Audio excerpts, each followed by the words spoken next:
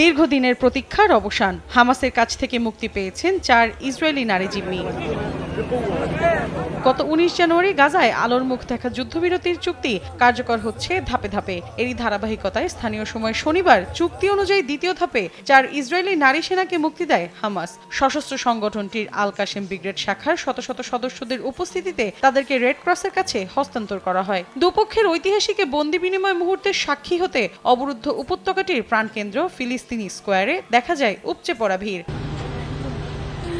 দ্বিতীয় ধাপে মুক্তি পাওয়া 4 ইসরায়েলি নারী সেনা হলেন কারিনা আরিয়েভ, ড্যানিয়েলা গিলবোয়া, নামা লেভি ও লিরি আলবাগ। জিম্মি মুক্তির খবর পেতেই আগেভাগে সব ধরনের প্রস্তুতি সম্পন্ন করে ইসরায়েলি সেনারা। দেশটির স্বাস্থ্য মন্ত্রণালয় জানায়, গাজা সীমান্তের কাছে ইসরায়েলের সামরিক ঘাঁটিতে মুক্তিপ্রাপ্তদের সঙ্গে পরিবারের পুনর্মিলন হয়। চুক্তি অনুযায়ী একই দিন 200 জন ফিলিস্তিনি বন্দীকে মুক্তি দেওয়া হয়েছে বলে জানিয়েছে ইসরায়েলি কারা কর্তৃপক্ষ। এর মধ্যে 3টি বাসে 114 জন অধিকৃত পশ্চিম তীরের রামাল্লায় পৌঁছলে উল্লাসে ফেটে পড়েন বাসিন্দারা। তবে আরবিল ইহুদ নামের অন্য আরেক বেসামরিক ইসরায়েলি নারীকে মুক্তি না দিলে গাজার উত্তরাঞ্চলে বাসিন্দারা ফিরতে পারবেন না বলে বিবৃতি দিয়েছে নেতানিয়াহু প্রশাসন।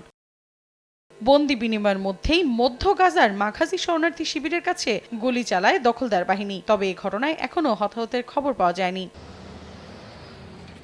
গাজায় যুদ্ধবিরতি কার্যকর হওয়ার ষষ্ঠ দিন শুক্রবার বিপুল সংখ্যক ত্রাণ সহায়তা প্রবেশ করেছে। এ তথ্য জানিয়ে জাতিসংঘ বলে, 339টি মানবিক সহায়তার ট্রাকের প্রবেশ করায় কিছুটা স্বস্তিতে নিঃশ্বাস নিচ্ছে গাজাবাসী। তাদের চিকিৎসা সরঞ্জামাদি দিয়ে সহায়তায় এগিয়ে এসেছে সংযুক্ত আরব আমিরাত ও মিশর। মৌসুমীর সাথী, সময় সংবাদ।